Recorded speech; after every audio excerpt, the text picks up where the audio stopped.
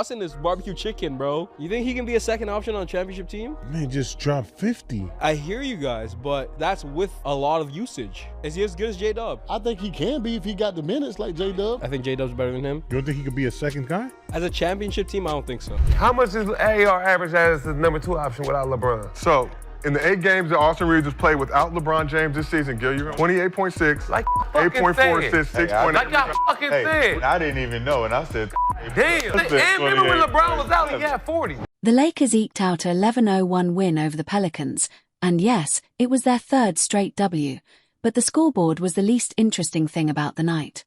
You don't get headlines like Austin Reaves is in hell from an easy road win, you get them from a season-long narrative finally boiling over. How LeBron James, Luka Doncic, and Austin Reaves share the floor, and who is forced to sacrifice when they do.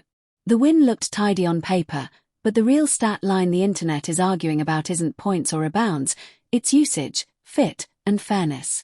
Let's unpack the whole mess, because the Lakers may have a winning streak, but they also have a chemistry problem that's getting louder by the week. Does he need to move on?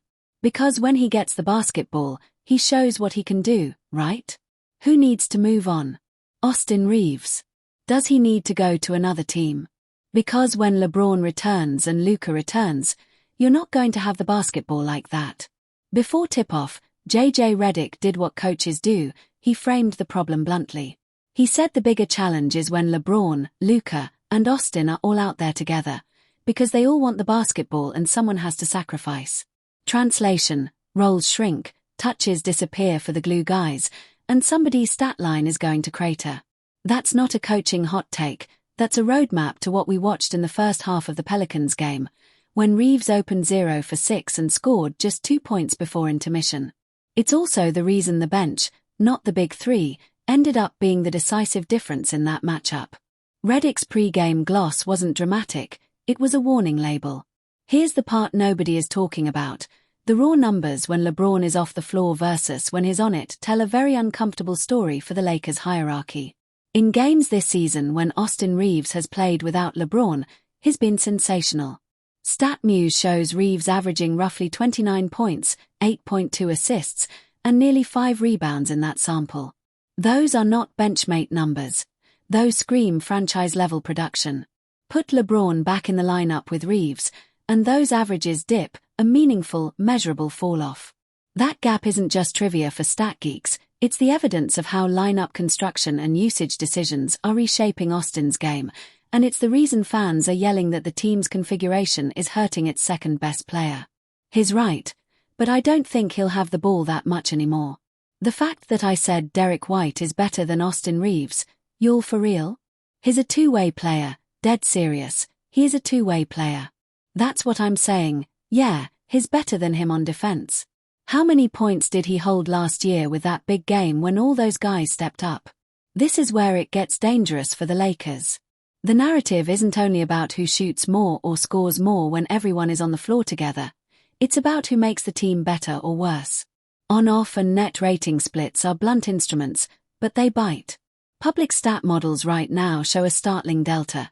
The Lakers' net rating is significantly better without LeBron on the floor, and that swing is what has analysts whispering that, paradoxically, a $53 million per year LeBron can be a negative on a per 100 possession basis for this roster configuration.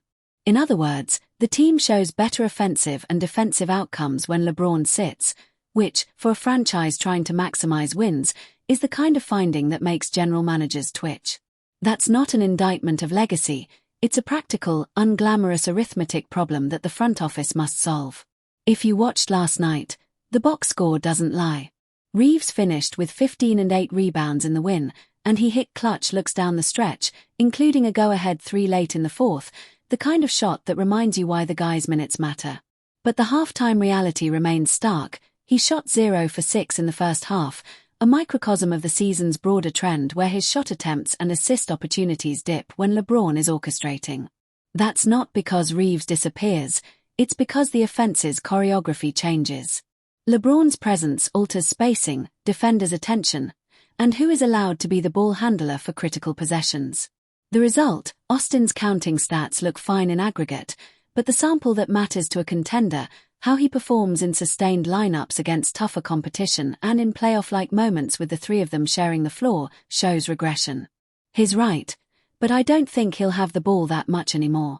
Yeah, the fact that you said Derek White is better than Austin Reaves, is y'all for real? He's a two-way player, dead serious, he is a two-way player. That's what I said, he's better than him on defense. How many points did he hold last year with that big game when all those guys said that? Here's the part nobody is talking about: salary math and incentives. LeBron's $53 million contract this season is impossible to ignore in these conversations, not ethically, but economically. Teams balance production and payroll, and respectfully, finances affect decisions on who to lean into for the next multi-year plan.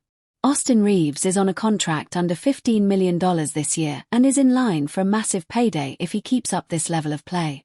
The front office will soon be forced to choose between paying up to retain a 27-year-old ascending guard or continuing to structure the roster around a veteran superstar, whose on-off metrics suggest he's not always additive in a modern three-star alignment. That's not personal, that's roster math. The whisper networks around Tinseltown are already making noise about whether the Lakers envision their future with LeBron as a diminishing centerpiece or with Reaves as a core piece next to Doncic. Those are not easy decisions, and they're happening during a stretch of the season where every media soundbite gets magnified. When you guys are together, when it's LeBron and you and Luka, and again, this is the 11th time this year, how's that changed your game? I don't know if it really changes much. I just go out there and play the game the right way and try to support those two guys as much as I can. This is where young players usually make a mistake. They treat a few good games as an entitlement to the keys to the kingdom. You know, this is where young players usually make a mistake. They treat a few good games as an entitlement to the keys to the kingdom. Austin hasn't done that. He's been patient, productive, and consistent when given space. But the danger for any good young player is letting the narrative about role shrinkage affect mindset and aggression. When Reaves sees his early efficiency collapse in the first half, it could lead to pressing, chasing shots, or hesitating to attack in rhythm. The solution for him is obvious and also terribly hard. Be the same player regardless of who's next to you on the court. But the system also has to play him the right way. If the coaching staff and the front office insist on a three-headed star experiment without clear role definitions and possession allocation, if LeBron, Luka, and Reaves all take the court and each expect center stage, the result will be feast or famine and the hell fans are tweeting about. The onus isn't just on Austin, it's organizational. Let's zoom into identity and legacy for a minute, because this story is more than box scores, it's about how teams and players define themselves. Austin Reaves has quietly built himself into a high IQ wing who can score, pass, and defend enough to be an ideal modern two-guard. He was doing it before Luka came, and has done it in stretches without LeBron. That trajectory makes him extremely valuable, the kind of player franchises covet going forward. LeBron's greatness is indisputable, but greatness and fit are separate conversations. The Lakers are not choosing between being sentimental and being pragmatic. They're choosing whether to optimize for a playoff run this year around veteran star usage or to pivot and build a championship core around the younger, more sustainably productive pieces.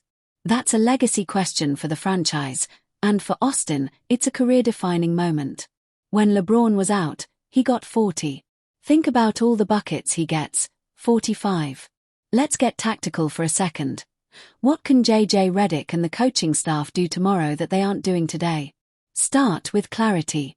Define who the primary pick-and-roll ball handler is in late clock situations and rotate minutes so Reaves has sustained stretches as the primary creator against defensive units where he can exploit matchups.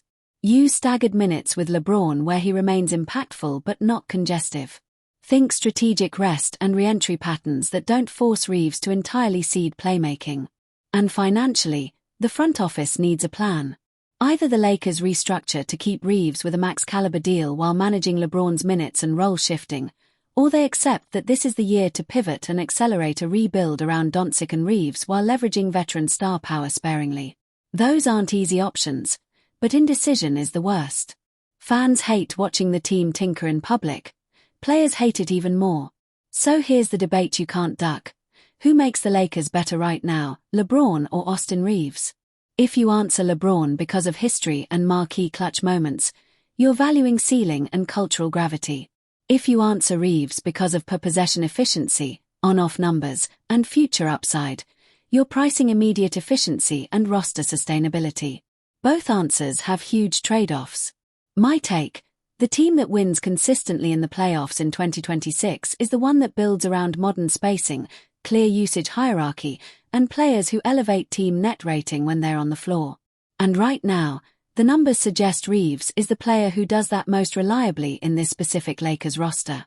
But basketball isn't only math, it's also narrative and chemistry, and the Lakers may prefer a short-term, star-driven approach even if the analytics warn against it. This is not just basketball drama, it's a franchise crossroads.